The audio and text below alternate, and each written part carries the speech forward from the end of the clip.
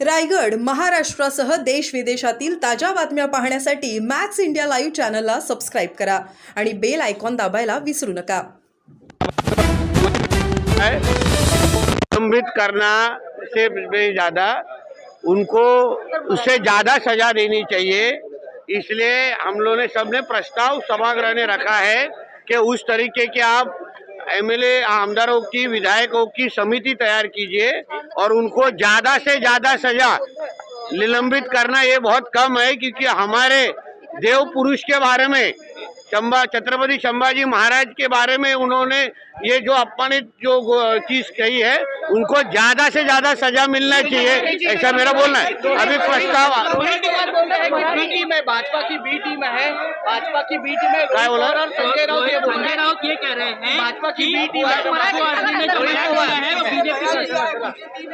रोहित पवार ये बात कर रहे हैं, संजय राउत और रोहित पवार की अबू आदमी भाजपा। अरे बाबा, वो रोहित पवार के जो पार्टी युवा अध्यक्ष है, राष्ट्रीय अध्यक्ष, वो कौन है उसका पहला नाम उसने जाहिर करना चाहिए। जिसको अभी उसका राष्ट्रवादी कांग्रेस का शरद पवार गुट का जो राष्ट्रीय अध्यक्ष बना है वो कौन है, फिर उसका क्या बैकग्राउंड है, इसको बोलने का इसका अधिकार है क्या रोहित पवार का? एक जिहादी को उसने जो अपने यूथ कांग्रेस का प्रेसिडेंट बना है राष्ट्रीय, उसके बाद रोहित पवार को बोलने का अधिकार नहीं है। बघा, म्हणणं आमचं एवढंच आहे, निलंबन हा विषय फार कमी आहे।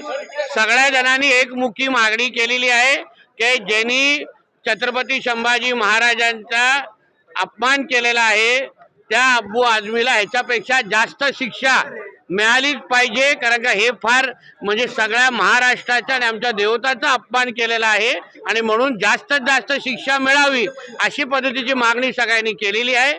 आदरणीय चंद्रकांत दादाजी हे अधिकृत स्टेटमेंट देतीलच।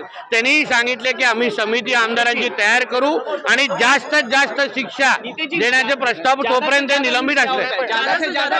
बाबा, उनका आमदार की रद्द होना, उनको आमदार का पगार नहीं मिलना, जो कुछ फैसिलिटीज आमदार को, ऐसे लोक प्रतिनिधि हम लोग को महाराष्ट्र में जरूरत नहीं है। उनको भेज दो पाकिस्तान में औरंगजेब की चाटने के लिए, हम लोग को जरूरत नहीं है इधर। पण हे लक्षात घ्या, मग छत्रपती शिवाजी महाराजांच्या ज्यांनी मग राहुल गांधींनी अपमान नाही केला का? ट्विट मध्ये राहुल गांधींनी जयंतीच्या दिवशी श्रद्धांजली अर्पित केली आहे, तो अपमान नाही का? काँग्रेसवाले कुठल्या तोंड, मग सगळ्यांचाच होऊन दे ना, सगळ्यांचाच हिशोब होऊन दे ना, माझं असं म्हणणं आहे।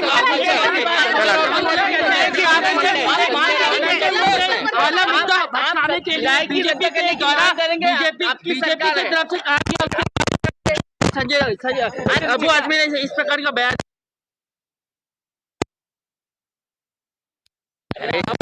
का क्या संबंध आहे? कारवाई होणार का? हो, मग राहुल गांधीवर पण झाली पाहिजे ना। त्यांनी शिवाजी महाराजांच्या जयंतीच्या दिवशी श्रद्धांजलीचं ट्विट केलं, हा अपमान नाही का महाराजांचा? मग राहुल गांधीवर पण तोच ठपका लावा ना। ज्यांनी छत्रपती शिवाजी महाराज, छत्रपती संभाजी महाराज हे कुठल्याही सगळ्यांसाठी दैवत आहे, ज्यांनी यांचा अपमान केला, मग तो कोणी असो, या पृथ्वी तलावर त्याला शिक्षा मिळालीच पाहिजे।